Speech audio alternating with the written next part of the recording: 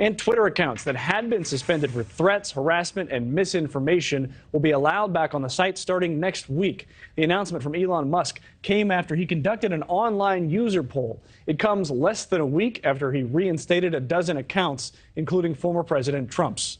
Political and communications strategist Dominique James joins us live, and she is also the founder and CEO of Politics with a Purpose. Good morning, Dominique. Thank you for joining us. Good morning. How are you? I'm okay. I'm just looking at this Twitter poll. A lot of times people will put up a poll and say, should I go to the park today or should I go to the beach? I don't think I've seen it used to do policy at a really valuable company. What do you think of this? Well, yesterday I miraculously avoided political talk at Thanksgiving dinner. I'm so excited to dive into Congratulations. today. However, I would say Elon Musk, he has the reputation of being a bold and controversial thinker. So I'm personally not surprised by the steps he's taken to literally legislate policy on Twitter. But it is really disturbing, and it sets us in a really interesting direction, not only as a country, but also as someone who does this work day in and day out. Well, what kind of liability are they facing if they do allow banned accounts on? You would have to assume that the banned accounts that are accused of harassment and things like that might do the same things again, although that's not a guarantee. But what would happen if those that have been banished come back? Well, I would say it actually, again, sets us in a really interesting direction. I sometimes tell my clients that hate speech is almost like a virus. And when you give it a chance to multiply, it can only lead to mayhem. So what we may find is that some of these banned accounts who are back, they may feel more emboldened. I've personally seen reports that uses of the N-word have increased upwards of 500% just since Musk was named or after he purchased Twitter.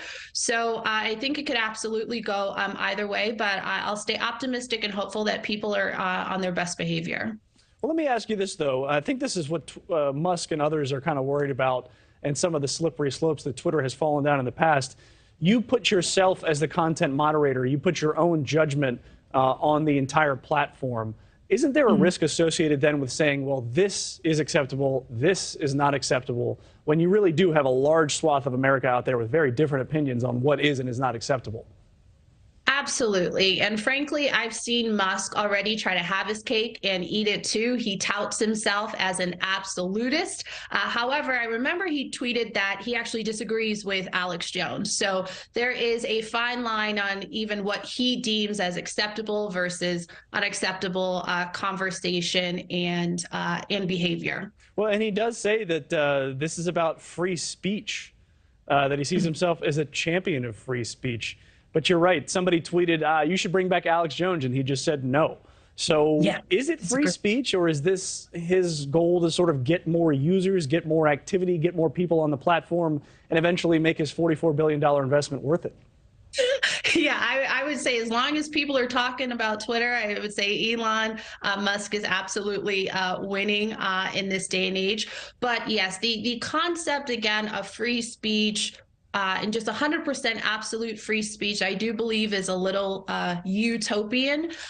It is a great ideal, and we absolutely need difference of opinions, of thoughts, at what makes this country so great. However, we do have to have standards because it absolutely leads to danger. We've seen people, protest. We've seen people literally attack our Capitol building from getting riled up on the information that they're seeing and reading on the internet.